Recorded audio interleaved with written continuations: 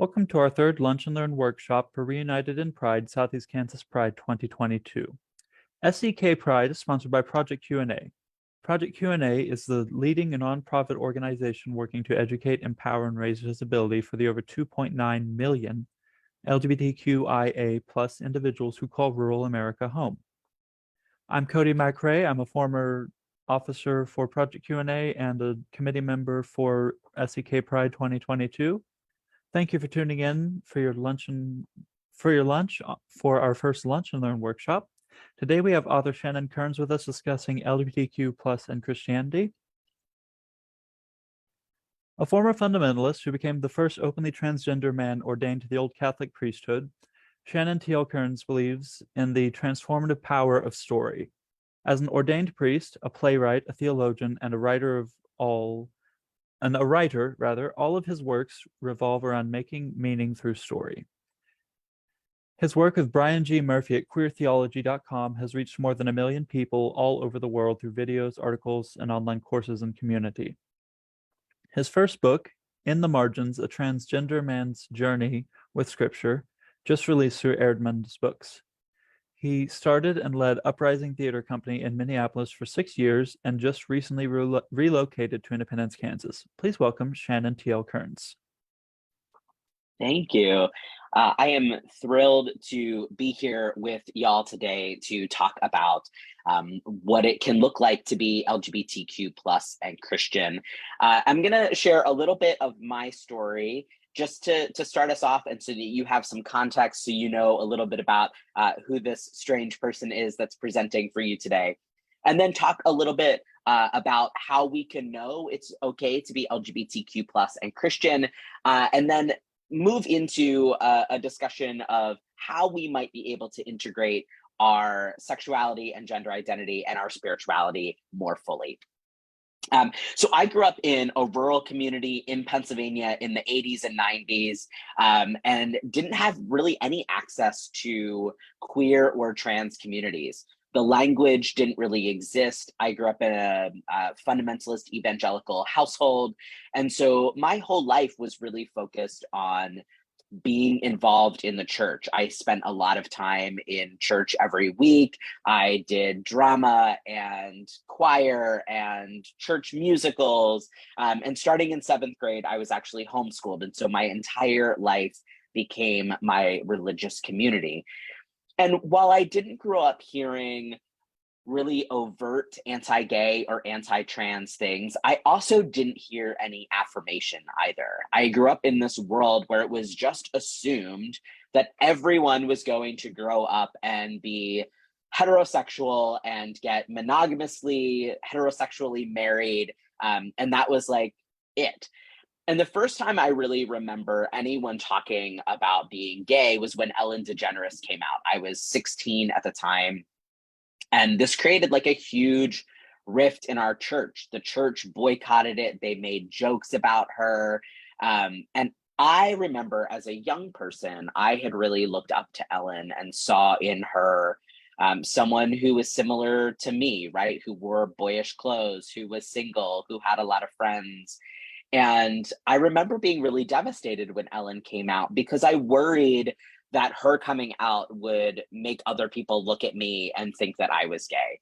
So I'm growing up in this world where I'm increasingly realizing that something about me is different than the people around me, but I don't have any language to talk about sexuality or gender identity. And all of the messages that I'm getting say that people like me don't exist or that they shouldn't exist. So flash forward a bunch of years, I went to an evangelical Christian college, and I started to realize in college that my quote unquote struggle with homosexuality, as I was learning to term it at that time, wasn't going away, that no matter how hard I prayed, no matter what I did, no matter what books I read, that these feelings that I had weren't going away. And I started to also ask a lot of questions about the religious tradition that had been handed to me, and started to read a lot of books and try to figure out, like, are there other ways to understand how to read scripture, how to understand Bible verses that I've been told are against gay people, how to understand things like salvation. And that set me on a really long journey that had me read a ton of different books and get really skilled in learning about these things and teaching about them. And I'm going to share some of that with you today. After I graduated from college, I kept reading books. I came out, I went to seminary. It was in seminary that I finally figured out that I was trans. I actually transitioned while I was in seminary. I was only the second student to transition while in school. And then after that, I became ordained in the Old Catholic Church as the first openly transgender man ordained in the Old Catholic priesthood. And the Old Catholic Church is an independent, progressive Catholic group not in communion with Rome that ordains women, LGBTQ folks, people who are married, partnered, and divorced.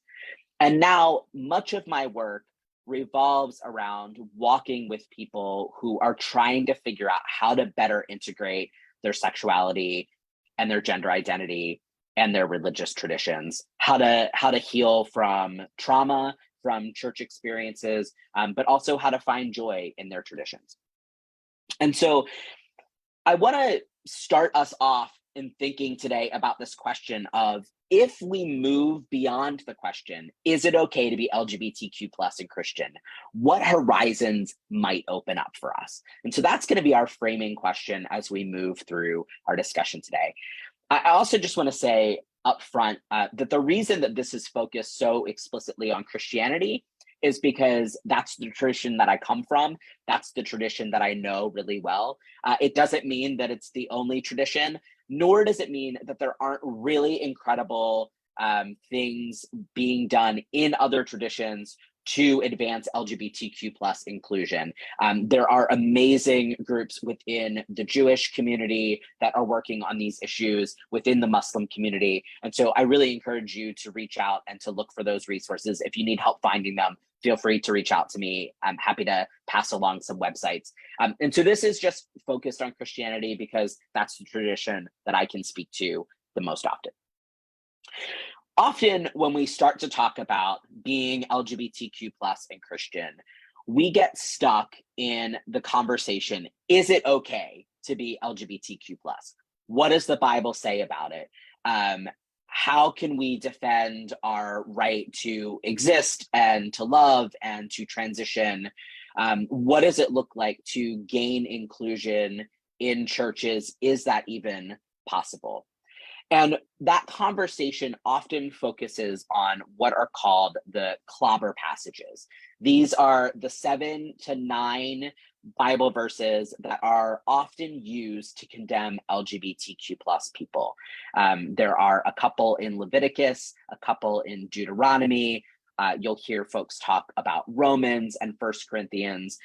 And so these passages historically have been taken out of context and used to assert that it's not okay to be LGBTQ plus and Christian, that God condemns being gay or trans, and that the Bible is clear on these issues.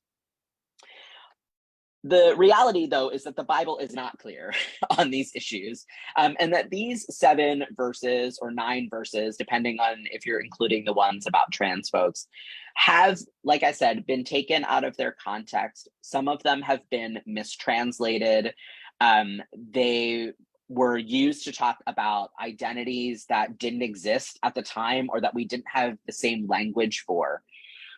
And what I often encourage folks is that when we get stuck in these clobber passages, in these conversations about these 7 verses, what happens is it becomes they said back and forth, where we're arguing about translations of languages that are really hard to translate, where we're arguing about words that were made up words, where we're arguing about very different contexts. And it puts us as LGBTQ folks on the defensive, that we are continually defending our right to exist, that we're continually having to use the Bible as a shield to protect ourselves from people's weaponization of religion. And it also puts us into what my friend Brian, who's the co-founder of queertheology.com with me, calls the hamster wheel, right? Where you read a book about why those passages don't condemn LGBTQ plus people, and you feel really great for a minute. And then you read an article about why they do condemn LGBTQ plus people, and then you feel awful.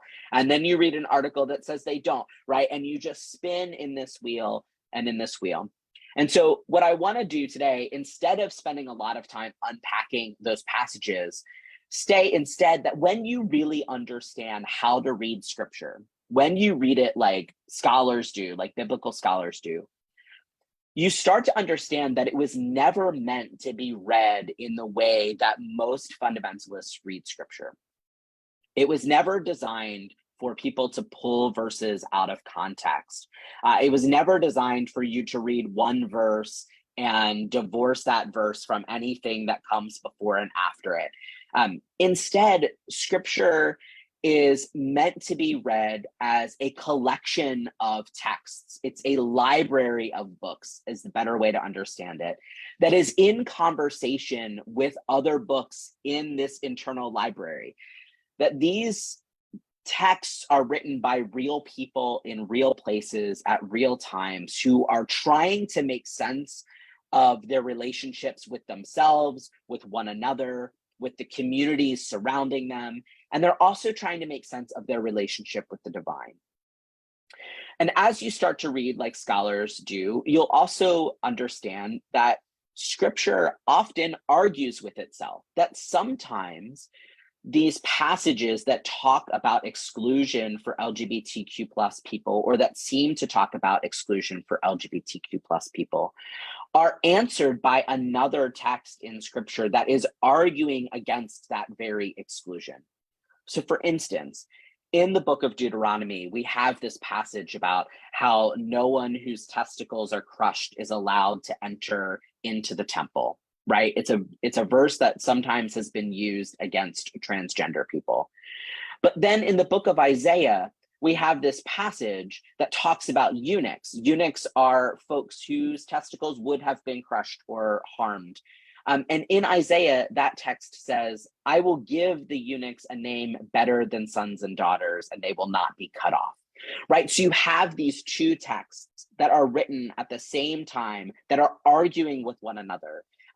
And so then if you have those internal arguments, then you also have to look at the arc of all of scripture, which always bends toward more justice and more inclusion. From the beginning to the end, we see that the heart of God is for inclusion, not exclusion. And so every time you have a negative passage like Deuteronomy saying those folks can't be given entrance to the temple, you have another passage and another text that answers it by saying, no, actually, those folks are included. When you've got a verse in Joshua that says, all of the foreigners should be killed, then you've got the story of Ruth and Naomi, where a foreigner becomes the great grandmother of King David, right? You've got this story of the Ethiopian eunuch in the book of Acts, in Acts chapter 8, who becomes the first non-Jewish person to be baptized into the new community. You've got the vision from heaven in Acts 10, where a vision from God tells Peter, don't allow yourself to call anything unclean that I've called clean. And then Peter gets invited to spend time with a bunch of Gentiles. So again, this arc of inclusion. And when we start to understand scripture in that way, as this text that leads us always toward more justice, toward more inclusion, then it asks us to wrestle with, how are we moving towards justice? Where are people, even in our own community, being excluded and harmed? And how might we work to bring about more justice? How might we work to center the people that are most on the margins? I think about the LGBTQ plus community, and I think about the exorbitant rates of violence that Black trans women face. And this call toward inclusion asks us to look at, how might we make more space in our own communities to center the people whose needs are most pressing right now. And so as we think about a new way to read scripture, you might wonder though, but like, what about the people who still only want to debate those 7 to 9 verses? Like, what do I do with them? If I don't want to have this debate anymore, I don't want to argue about these 7 verses. So part of the process is to figure out who is actually interested in a real conversation.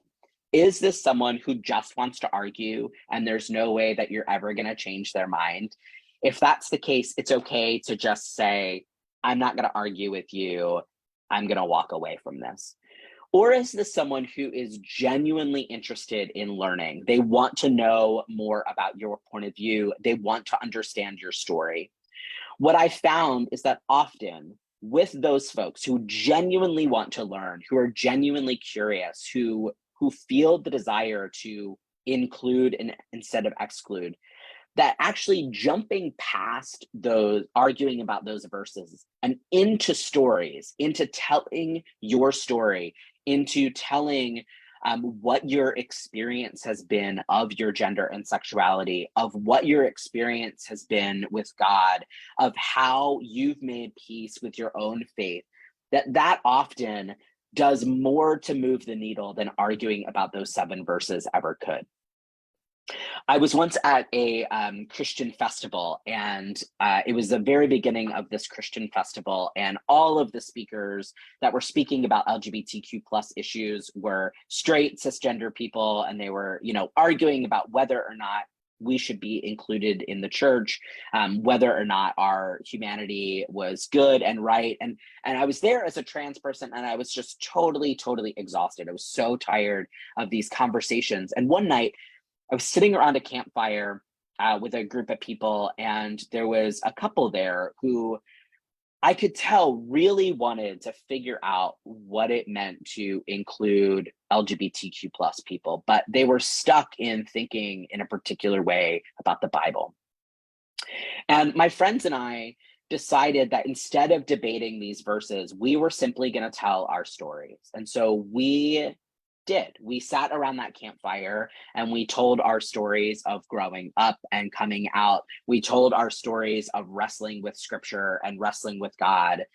And at the end of that conversation, that couple's minds were completely changed. And they went on to really advocate for the inclusion of LGBTQ plus people in their churches, in their rural community. We ran into them a couple of years later, and they were still doing that work. And it just proved the power of telling our own stories and in inviting people into those stories, because people can argue over and over again about certain passages, but it's really hard to argue with someone's story. And when we invite people into our story and our humanity, that actually changes the needle. But beyond that, beyond even having conversations about our humanity, there is so much goodness in scripture for trans and LGBTQ plus people. And I want to spend the rest of our time talking about that, because so often, like I said, we get stuck in this defensive posture where we feel like we have to defend our right to exist. And we miss the gift that our identities are, not only to us, but to the gathered community.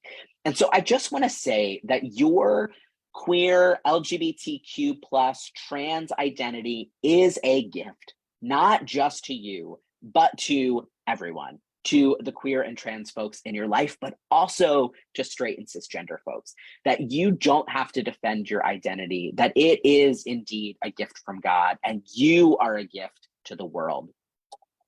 And that when we come to scripture, bringing our whole selves, our whole stories, and we start to see connections between our stories and stories in the scripture, something opens up, not just for us, but for the people who are listening and who are partaking in these stories. And so I want to tell you a couple of queer and trans connections that I've found in scripture over the years, and invite you to reflect on how these might impact or work in your life. And the first is a story from the book of Ezekiel in the Hebrew scriptures, Ezekiel 37. It's the story of Ezekiel and the dry bones. And if you've ever been in churches, you might have seen this picture, this story depicted, because what happens is the prophet Ezekiel is taken in a vision out to a valley, and he's shown a vast valley of dry bones. And often artists do this as like a giant field of skeletons. And God asks Ezekiel, can these bones live? And Ezekiel is a little bit sarcastic. He's like, I don't know, you tell me. And God tells Ezekiel to speak to the bones, to call to the four winds, and to invite the bones to come back to life. And they do. And when I read this passage as a young person, I had always been taught that like these bones came back to life, and then there were a field of standing up skeletons. But the text actually says that not only did the skeleton stand up, but then that muscle and sinew and flesh came back onto these bodies. And then Ezekiel calls the four wind, and the Spirit of God comes back, and breath comes back into these bodies. And it is a whole army of people that are now resurrected and alive again. And God tells Ezekiel that this vast field of people is the whole community of Israel. And what you need to understand is that at this time, the Israelites have been taken into exile. They've been taken away from their home, and many of them have now died in exile. And the community that's left is starting to wonder, well, what happens? What happens to the people that have died in exile? Are we going to be separated from them forever? And this vision is an answer to that question. And God is saying, actually, no, the whole host of Israel is going to be alive again. They're going to come back home with you. You're going to be reunited. And I remember I was reading this passage as an adult for the first time when I was in seminary. I had just started my medical transition. I was feeling like I was coming back to my body for the very first time.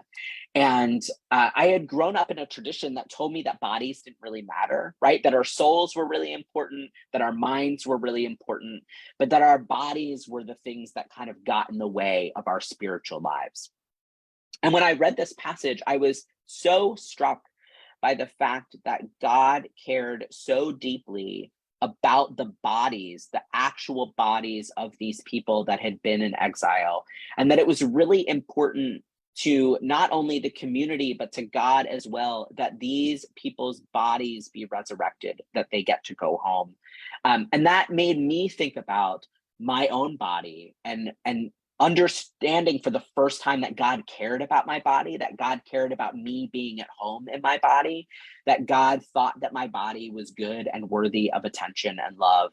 And that totally shifted how I started to read this Ezekiel passage, but also how I started to understand stories of bodies throughout Scripture. So that's one story. The next story is often called the Transfiguration. You'll find various accounts of it. There's one in Matthew, in the Gospel of Matthew. There's one in the Gospel of Luke. And in this story, Jesus goes up a mountain. He takes three of his closest friends with him, Peter, James, and John. And on the mountain, he gets really glittery and shiny and has a vision of God saying, "This is my son in whom I'm well pleased." And the disciples fall to their feet and they worship. And it's the first time that they've really seen the divinity of Jesus in front of them. And I like to think of this passage and this story as Jesus's coming out moment. Now, Jesus is not necessarily coming out as queer or trans or any of the LGBTQ plus letters, but Jesus is having an experience where he is inviting his three closest friends to understand something new and more about his identity. That up to this point, Jesus has been seen as a prophet and a healer, but even his closest circle of friends who are following him and who are invested in his mission don't seem to fully understand the fullness of Jesus's identity. And in this moment, Jesus has this private encounter with these close friends to reveal more of himself to them. And I think about the vulnerability that all of us many of us have experienced when we've told someone, often for the first time, that we're LGBTQ plus, right? The fear that we had when we've had to think about coming out to our parents or our closest friends, the worry that we would be rejected or not seen in our fullness, that folks would walk away from us. And it brings me a lot of comfort to know that Jesus too had an experience where he needed to invite people in to his reality. And we see that his friends, their first response is to want to build buildings and keep Jesus safe on the top of this mountain. And Jesus has to tell them, actually, it's really important that I walk off the mountain and I continue my mission, that now I have to be out. I have to be public about who I am. And that is going to come with risk. And he invites his friends then to walk off the mountain with him and join him in that experience of walking in his fullness and his truth, and walking toward risk. And to their credit, those friends do walk off the mountain with him and walk toward Jerusalem. And the final story I want to tell is from the Gospel of John, and it's the story famously called Doubting Thomas.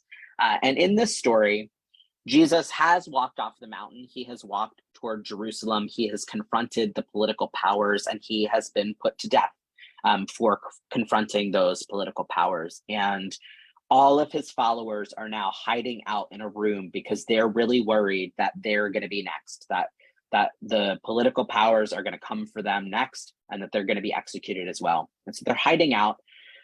All of the closest followers of Jesus, except for one, Thomas, is missing. No one really knows where he is. The text doesn't say. I personally think that he went out on a snack run, but that's reading into the text a little bit.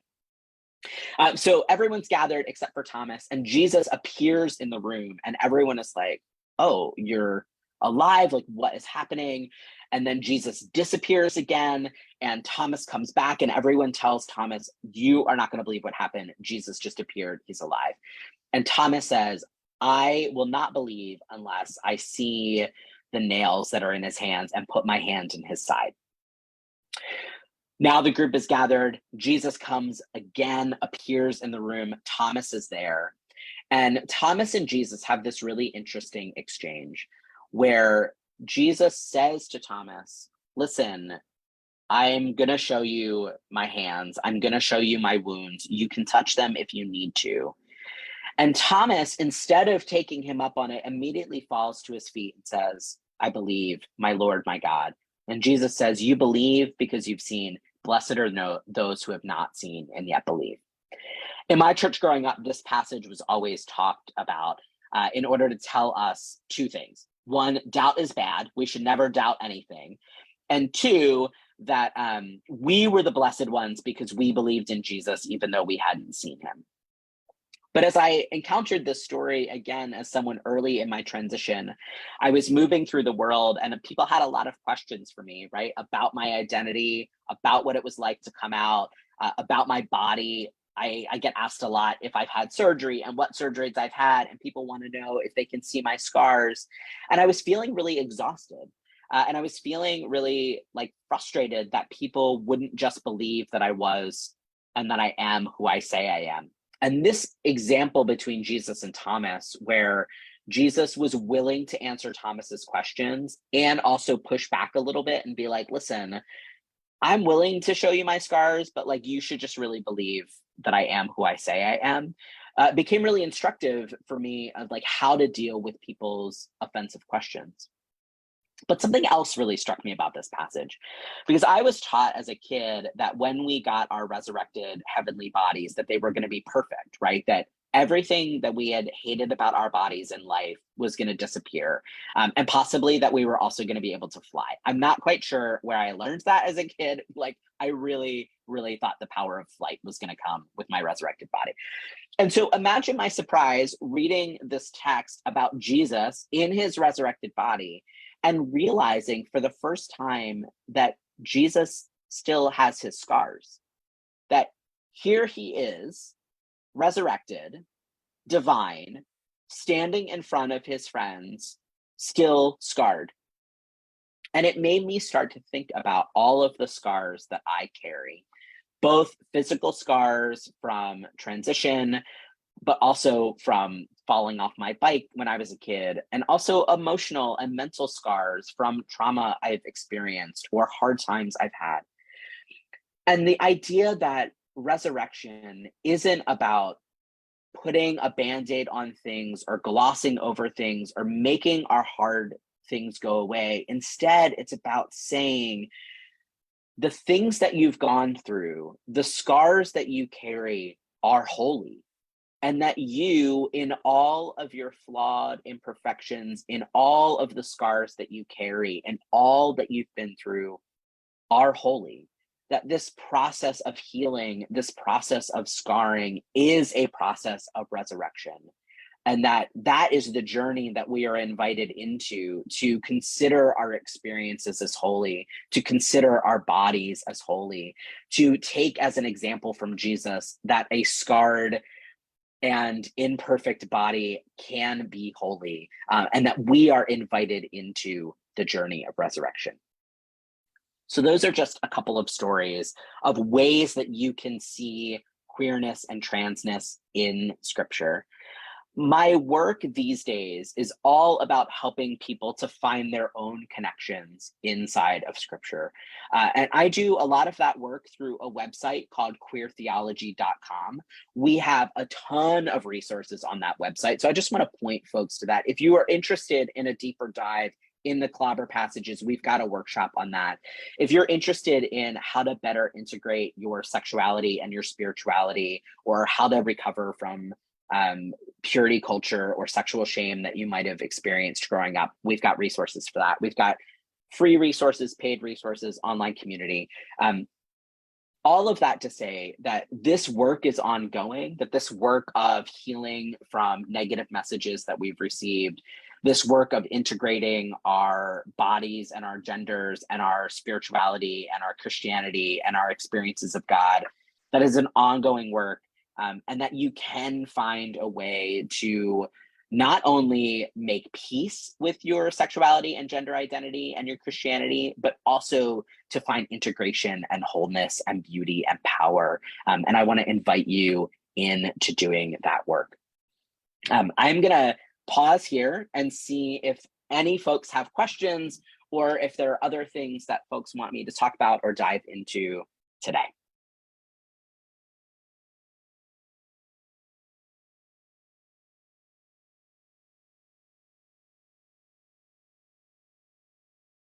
All right. So far, we don't have any questions in the comment section. We'll give maybe 1 or 2 more minutes for people to send them if necessary.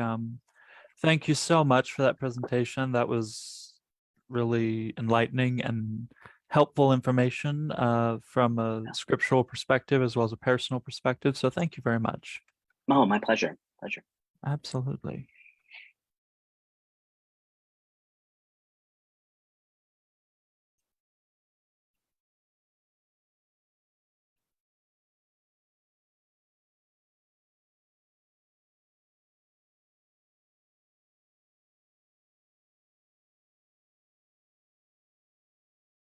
We have one comment. Thank you from Courtney Ann. I'm not sure how to say this. Maybe Dizer or Deisher. I'm not familiar with that name, unfortunately.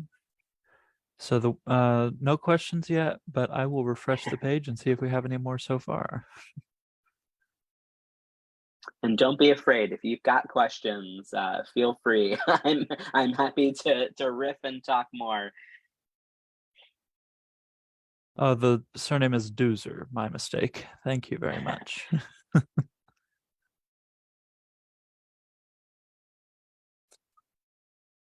And Courtney said it's an awful last name.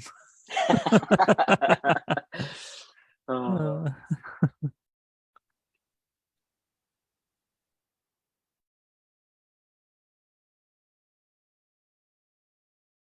All right. I don't see any more questions, but as I said, we'll give them a minute longer and see if anyone has any questions at all.